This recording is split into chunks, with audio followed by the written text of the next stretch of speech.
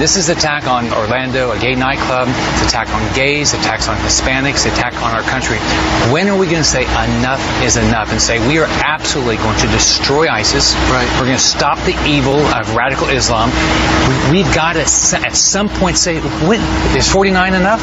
How many more can there be? Well, I mean, you tell that to the people of San Bernardino, tell the people at Fort Hood, tell the people that see the ISIS threat here, and the President of the United States does not see it that way. He was talking about guns yesterday. Why is it so easy to get an AR-15? And on Thursday, I imagine that'll be the case. Has the President spoken to you yet? No, he has not called. A staffer's called, but no, he's not called. But the Second Amendment didn't kill anybody. Evil, radical Islam, ISIS, they killed. We have got to start standing up for this country. This is our country. We have to say, we're going to vet people before they come into our country.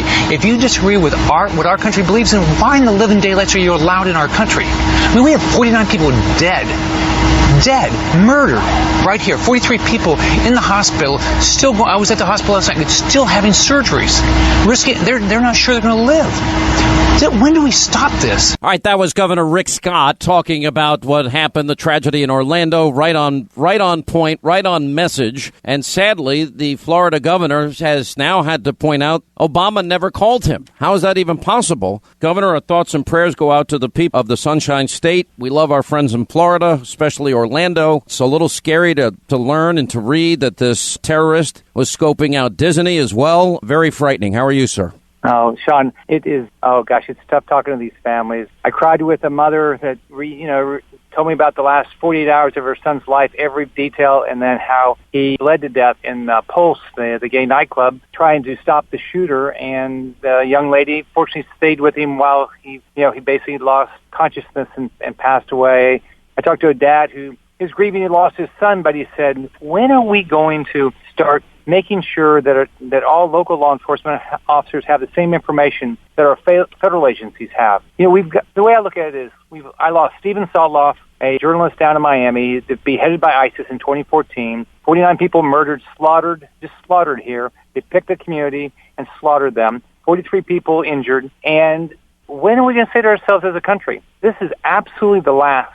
We are going to destroy you, ISIS. If you're a part of radical Islam, you're not going to be in our country. You do not belong here. Listen, I think you nailed this, Governor, and I know you were out there from the early moments that this whole thing began, and I know you probably haven't slept a lot in between, but I think you're right in saying the Second Amendment didn't kill anybody. Evil, radical Islam, ISIS killed people. We have to start standing up for our country. Now we discovered that the FBI had this guy on a watch list for a period of time. And unfortunately, for whatever reason, and I'm never critical of law enforcement, but I have to be concerned. And I think we have to examine some important questions that, radical Islamists now have killed 94 Americans on our soil since 9/11. Our own government, the Department of Homeland Security, forbids the use of the term jihad and Sharia because they say it's too disrespectful. You have our Homeland Security Secretary saying gun control is now a matter of Homeland Security. And then we look at the numbers that we have now resettled nearly 750,000 migrants from countries that execute gays and lesbians. And illegal immigrants overstay their visas. They never get caught. Even people convicted of a crime. Earlier in the week, I interviewed a father who lost his son. Well, he lost his son to an illegal immigrant who had previously raped a woman and kept her hostage for a week.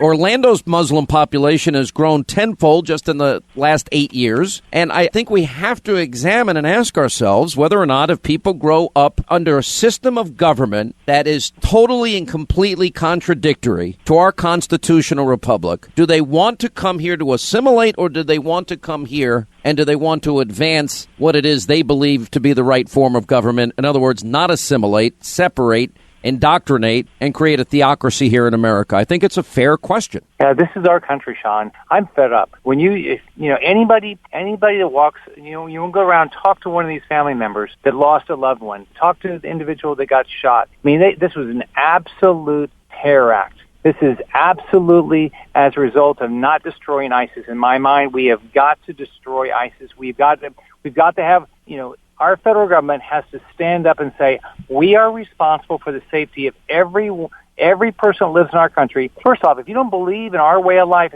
don't come to our country. This is not your country. This is our country. We get to choose those things. You don't have a right to come here. We get to choose who comes to our country. If we can't vet you, you're not coming. I want my family to be safe. Me too. I want my kids and my grandkids to live in a society that is safe. Listen, it's very. Listen, I don't think people understand. You have people growing up in countries where men are brought up to believe they can tell women how to dress.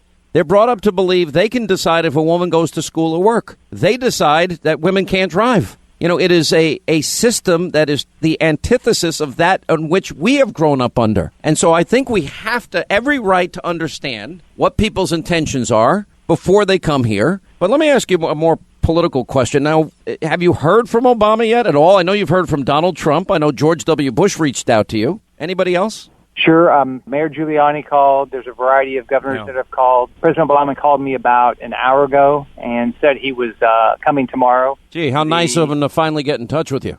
What I asked him is, I asked for a federal declaration of emergency on Monday. I have not heard back yet, so he didn't have an answer on that yet. I declared a state emergency to make sure we have all the state resources, but we still have not heard back from the federal government. But the president is coming here tomorrow. Mm-hmm. Will you be with the president? Did he invite you to join him? He invited me. I will meet him on the tarmac. I don't know the rest of the schedule. I'll wait until I know the rest of the schedule. What I'm doing, Sean, is making sure that if there's any resources necessary for law enforcement, for victims, that those are all coordinated. That's step one. Step two, I'm meeting with families and making sure that any resource they need. I want to thank JetBlue. They've offered flights. I want to thank funeral directors for offering funerals.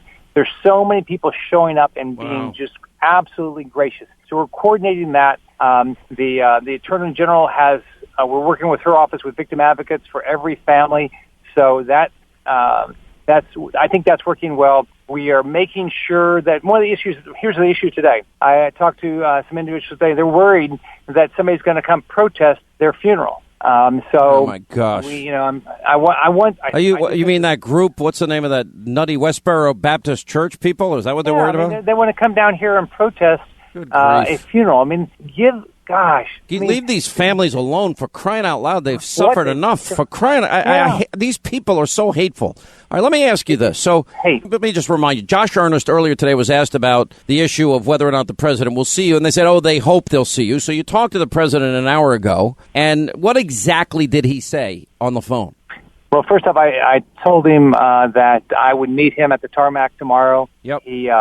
I told him I don't know the rest of your schedule, so if your team will let me know the rest of your schedule, if I can be. And look, I offered to be helpful because I think it's the right thing to do. If the president of the United States coming to your state, I want to be helpful to the president. So we'll see what happens. I asked about the federal declaration of emergency. The president didn't have an answer yet on that. So how does he not have an answer on that at this late hour? Well, I'm going to represent my state. We are a wonderful state. We have wonderful people. We're going to get back to work in our state, but I'm going to do everything I can to help these families get their lives back as much as I can. And this is clearly a terror attack. It was attacking against gays, Hispanics. So we're a great. Sean, you've been down here. It's a great melting pot state. We have so many people from all over the world. We love people, but we are sick and tired of ISIS. Well, I got to be honest on a political front, and I think you're dead on and accurate in your remarks and in terms of analyzing the events and what has happened here. I am a little disappointed that the president may have reached out to the mayor of Orlando, his buddy, Mayor Buddy Dyer, but not reach out to the governor, which is you. And I think you're being very gracious to meet him on the tarmac and opening yourself up and your schedule up if he needs you in any way, but it doesn't seem that the president is too interested in the governor of Florida and can't put politics aside. But let me just say this, Governor, I think you've done a great job here. I want you to know, and because I'm reading my mail, that I can tell you the people in this audience from all around the country, that our thoughts and our prayers are with our friends in Florida. If anything we could ever do to help, please don't hesitate to call us. If there's any family you find in need, desperate need, and you need outside help, we'll be glad to jump in and fill the void. Anything we could do, you let us know. Sean, that's very gracious, and thank you very much. I want to thank your audience. There's been so much support from all over the country and all over the world for what's happened down here for these families that have been impacted by this terrorist act. Yeah. All right. Thank you, Governor. You're in our prayers, and you and Pam Bondi and the rest of the good folks down in Florida. Thank you for what you're doing. All right. Thanks, Sean. Have a good day. You too.